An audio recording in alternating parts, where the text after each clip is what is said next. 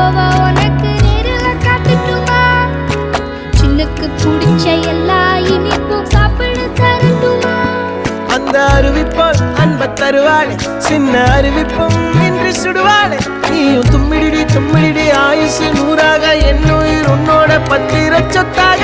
என் பார்வை உன்னோடு, உன் பொம்மை கண்ணோடு, பேசாமல் விண்ணோடு நாம் மிதந்து போ